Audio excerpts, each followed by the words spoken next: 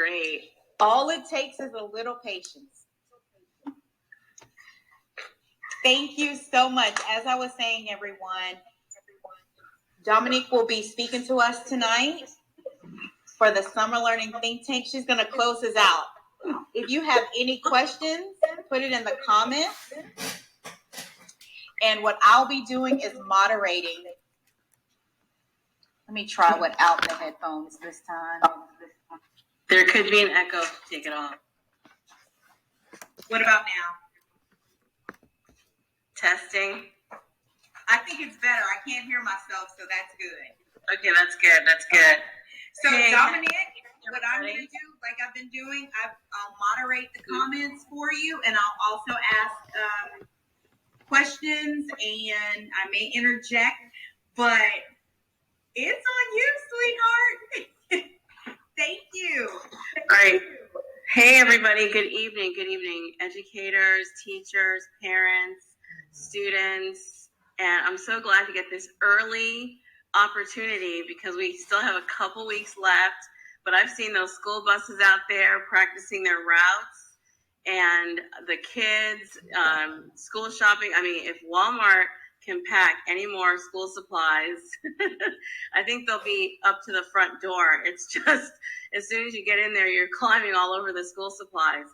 So thank you so much for this opportunity, Reagan. This is actually my first time ever speaking to parents before we open our doors. Yay. And you're preempting Meet the Teacher.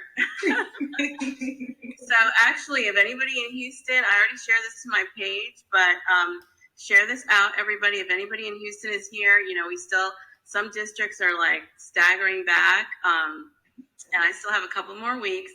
But so you're getting like the prelim to what we will be saying to all parents when they do visit us in a couple weeks. So thank you for this opportunity. I want to invite all my my teachers to definitely chime in because we want this to be a multidisciplinary and also a multi-level discussion. So I've taught kindergarten, first grade to seventh grade. I have mentored teachers at the kindergarten level, and I'm not sure if I introduced myself, Dominique Prosper, and I'm a teacher here in Houston, Texas. So I have taught elementary school for 29 years, and this will be my 29th year.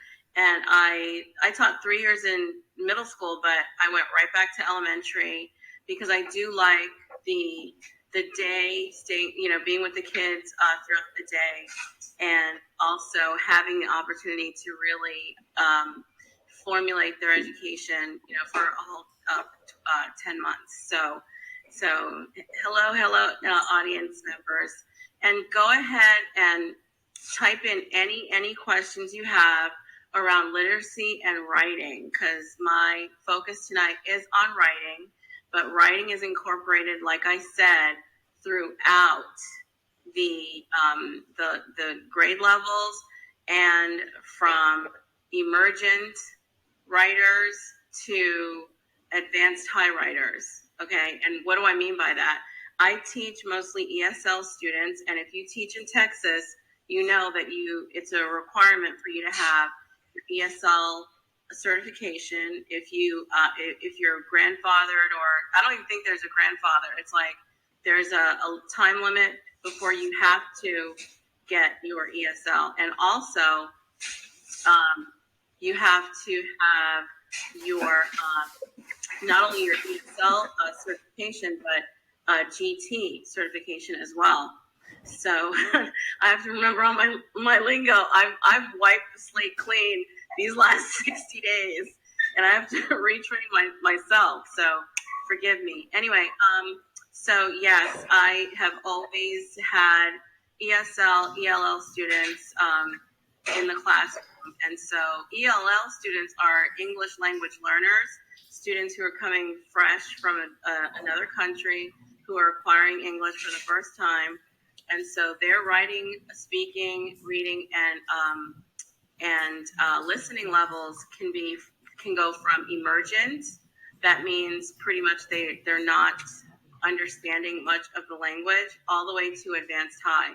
And so that's how we rate kids. So, and I want to preface what I'm going to say to you tonight, because even though our children are American born, American raised, we still have to acquire, what their levels are. And I don't want to use jargon from the educational system or anything like that. So I want to just speak plainly. I am a mom of two boys. So definitely I like it plain so I can understand, and then, skip the jargon. Okay. So we're going to skip the jargon tonight. But I do want to preface that we do have a lot of kids who are second language learners, and then we do have kids who are native also. But even if they are native, we still have to qualify what it is that they do know, so that we can properly assess their level in those areas. And when I say speaking, listening, reading, and writing, those are the 4 components that we rate students on in general. And so as a native speaker, they're going to bypass those levels. However, when it comes to writing, you'd be surprised, because although our native speakers know the language, they can speak it, when it comes to writing, expressing themselves in writing, they can go all the way down to the emergent level. And so if you think about pre-K and you think about kindergarten, definitely you want to have kids doing what emergent speakers do. And that is definitely the letters, writing the letters, and practicing how to write their name, how to say their name, and how to write other names as well, their last name, etc. You'd be surprised, because even at kindergarten, children at that level can learn how to write in cursive handwriting. And so I know this year in Texas, starting in the 2nd grade, we have a new TEK for handwriting specifically, because where has cursive handwriting gone? Cursive handwriting probably got tucked underneath some TEKs, and with technology and typing on a keyboard, we forgot all about cursive handwriting. So this summer, I'm actually tutoring students from Saudi Arabia and from Riyadh, Saudi Arabia, and the children don't know cursive, and also, they have a very different alphabet, okay? But I'm practicing, cursive with them as a homework assignment. Why? Because as an adult, they need to write in cursive, okay? So when it comes to writing, you definitely want a variety. It's starting from pre-K kinder. You want a variety. Let them practice the looping strokes of cursive. Doesn't matter what. There's no age here. And so if I could speak plainly to parents out there, let the children have a good time with writing, okay? Let them practice. The less pressure there is, actually, the more proficiency you will get out of your student. All right, so let's check in the comments and see if there's anything that we can answer right away, or any support that we can give parents. We have a comment saying, yes, we still need to sign our name. So, and we just have lots of people saying hello, and we have some people coming on into the room. So, yeah, and then what I'm also doing is just typing in some of the points that you were making. Definitely bringing back cursive is important. And again, Angela, who was our panelist, said we still need to sign our name. So then let me go to the other spectrum, which is high school. So right now I am tutoring a 15-year-old who goes to school in Saudi Arabia, and she writes in Arabic. And so how does that spectrum... Okay, there's feedback somewhere. Okay. So how does that spectrum fill itself in? And so what we want to do, like I said, at the beginning stages of writing in the early grades, definitely use all types of writing with the kids and let them practice handwriting. Okay. Now, at the other spectrum, what I'm working with a 15-year-old, although she does live in another country, she did do second and third grade in the United States and learn cursive handwriting. And so now she's back to trying to use it. And what you want to do, what they should have learned by the time they're a high schooler, is how to formulate a composition. Okay, so composing written papers. I know that for the SAT, there is a either persuasive or an argument paper that they have to write for the SAT. And so I know that in fourth grade, which is a grade I typically teach, we practice nonfiction writing. And persuasive is typically not a one of the tested TEKS on STAR test here in Texas. However, children do need to take positions on whether we should have an extra day off once a month from school or less homework. Take any type of position and then write about it. Okay, so whether they're in the early grades and then up to high school, they should learn how to write a composition. And definitely the proficiency by the time they're in high school should be pretty much what they are actually perfecting. Okay, how do they perfect their writing and their positioning? Their voice. Okay, so parents, I cannot stress enough how creativity in the writing helps children to develop their voice. I listened to the show, your episode from yesterday. There was a math teacher on, and whatever they are doing, whether it's they're on vacation with you, they went to the symphony, they went to the park, they went to the zoo, have them just jot down a paragraph. What did you think of that? Write it down and talk to me. If they're if they're at the pre-K stage or even up to second grade, you may have to write it for them. Have fun with writing. I had a student in the month of June. I was tutoring first grade going to second grade, and I would offer to write. You have to share the pen. When they're that young, you can share the pen.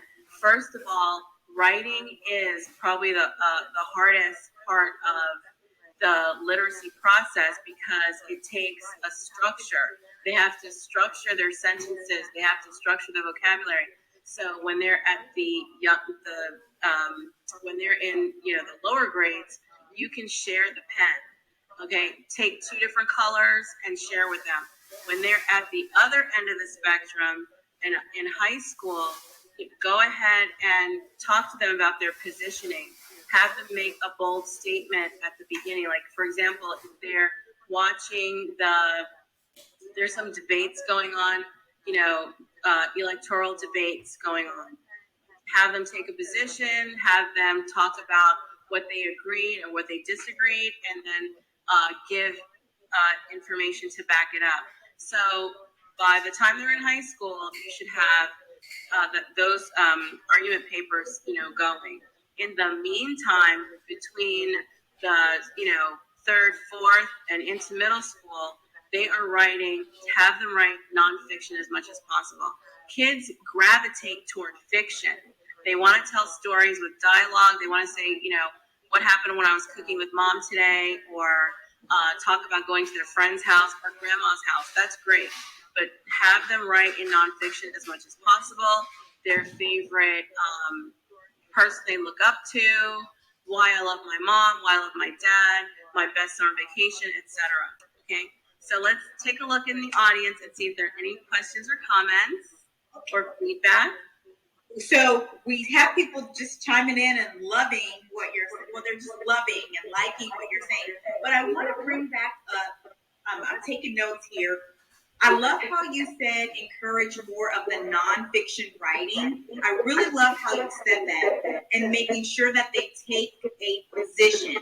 I like that because that nonfiction writing gets them ready for technical writing, which is what they'll use later on in life. I love how you said make a bold statement, and voice starts with creativity. Yes. And so let's bring tools into the conversation. So I know parents, you're at home and you are your child's first teacher, as we are as well at home with our kids. And so whatever we don't know, we ask Uncle Google, of course. So go to Uncle Google and you can pull up examples of all types of writing, what it should look like, and let your children just formulate and discuss. You can also critique, give them your opinion, and then here's the kicker. editing Okay, children feel that my first draft is my best draft. Okay, how do you get them to position themselves to understand that editing is the best part of writing? Okay, so this is where I want to really help parents tonight. All right, because we know how to give them pencil and paper. We know how to sit them down on the at the kitchen table. Okay, we know how to look at their writing and say, okay, that's good, son. So this is how you get them interested in editing. All right. First of all, give them a supply of instruments to write with, different colors. Okay. And so when you're giving them your opinion, which is what we do in school, we make a list. We make an editing list. Okay. What do we want to check for? We want to check for parts of speech. We want to check for repetitive words. What do we want to check for? Have them make a list, even after they've written. But typically, as they get to write, they'll know, oh, let me make a list, an editing checklist. Okay, so have them do an editing checklist, and they're just going to check for a few things. Let them use colors on that. So this is how it becomes interactive. If you have that type of interactive going on with your children, they will be more interested in editing. I think somebody said something. Yes. Okay, so what do you do with a teenager who has that potential but doesn't want to do it? That was from Miss Lorena Bouton. Do you want me to repeat the question? No, I heard the question. So here's what I would say. The easiest way to organize thought in writing is a graphic organizer. Okay, if you in education, in school, any day can be your day one. Any day can be your day one. Okay, so, and I don't know your child, but you have to find the sweet spot that they will do the work. So you can offer a graphic organizer. You can offer tools. Okay, you can offer definitely, editing together, because whatever they're resisting, that is a notification to you that there is a weakness. Okay, if they're going to go outside and dribble a basketball with no help, it's because they feel confident. Okay, there's something about that process that they don't feel confident about. So you break it down. Use a structure. Graphic organizer. You can find those on Google. If they're writing persuasive, if they're writing a comparison, you can find all those graphic organizers online. From there, make it easy. You can use a trifold. Take a 8x11 sheet of paper. Do what I call a fajita fold, like you have like you're making a letter out of a 8x11 sheet of paper, and then have them write the beginning, the middle, and the end. So even though they're in high school, it doesn't matter. Proficiency is what we're looking for. So if they need help organizing their thoughts, if they need help doing a part at a time, divide the paper, okay? Then do the editing checklist. So anytime there's resistance, that means it's a weakness. I like that. Also, the sweet spot, like you said, if they like talking about something, get them writing on that. I like that. I use that in my 8th grade class. So I like that. Are we still getting feedback? Yeah, I don't know where's that coming from? Okay. I'm going to limit my talking. Okay, so let's see. I find that kids love poetry. Okay? Kids love poetry. Why? Because they love songs. Kids love rhythm.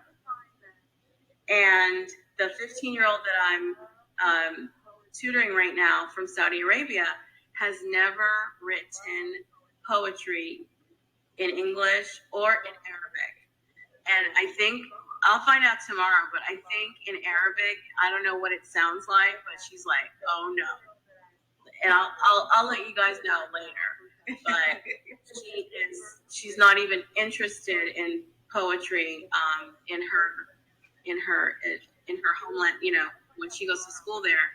But so we have written poetry together. And so parents, kids love poetry. Let them start to explore poetry. Again, go to Google, find age appropriate, grade level appropriate poetry. Poetry is so expansive, depending on if they want to do rhyming, if they want to do free verse, if they want to do haiku, diamante, whatever the structure is. They have more fun with poetry than you would imagine. Okay, you can extend poetry from not only creating the poetry, but drawing pictures and then putting a beat to it. So before they come back to school, if you would like that, do that. Look at the different rhyming patterns on Google that you can find. Most kids are familiar with the AB pattern poem and a AABB pattern poem, but you can look that up. There are plenty of resources online I know I'm just telling them to go online too. But that's where you would find a lot of the resources. You can go to the bookstore. Okay. So in terms of genres, I would definitely talk to your child and just let them explore. If they're pre-K kinder, they're just learning how to write.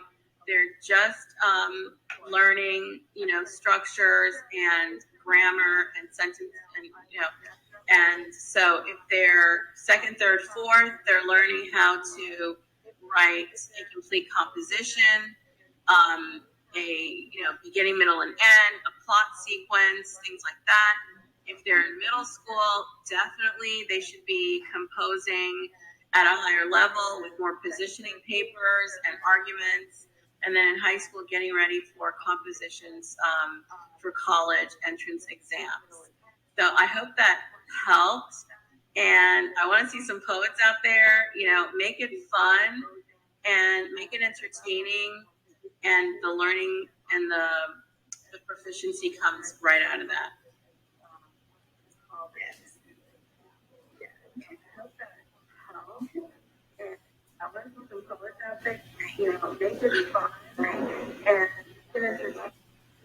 Are there any more questions?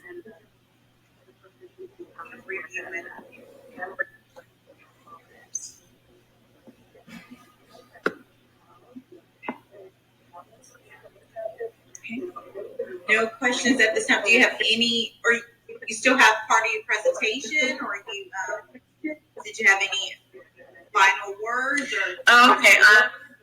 Well, I thought it was about 30 minutes. Mm-hmm. But if you have any final, I don't want to mess up the audio. Okay. Do you have? I'm sorry. Were you still presenting, or do you have any? Oh, okay. Do you have any final words for parents? Any final? So, if there's feedback, definitely let's respond to that. So, whatever is challenging for our audience out there, don't look at it as a challenge. You know, there's samples everywhere online. Look at what your children brought home from school and go over that with them. The main issue with most parents is that they feel inadequate to review and critique and scaffold the child's work. Okay, so that's why I said make a checklist. Okay, agree to check whatever the child is going to check, whether it's syntax or verbs, repetitive words. That's it. Make it easy. You don't have to. You can always, most famous writers had a dossier full of stories. Some were finished, some were unfinished. Okay, we're not talking about an exam here. It's learning. Dominique, I appreciate you. I love, of course, I was taking notes, and I love how you started off with the cursive and bringing the cursive back, because I also believe when you write in cursive, it kind of sparks the creativity. That's one thing I believe. The second thing, I love how you touched on SAT writing, and how if we start to get them writing now by watching presidential debates and things of that nature, then that will help them along the way. Yes. Voice itself is a whole nother live. So that right there was amazing. And starting off with something simple as poetry, because they get to be expressive, and you find out so much more from them just by writing poetry. I love that. Yeah, you do. Yes. And then last but not least, thank you so much for letting our parents know that they are helpful and they're not inadequate. Writing can be intimidating. We know that. But just, give your feedback. So I appreciate you so much. I'm going to wrap up because I can kind of hear myself. Everyone, thank you so much for joining the Summer Learning Think Tank. This was night 3 and the final night. Please leave any comments if you're catching the replay. Any questions, we'll get back to you. I'm Dr. Brown, your host for the Summer Learning Think Tank. Have a wonderful back to school and a wonderful evening. Thank you again, Dominique.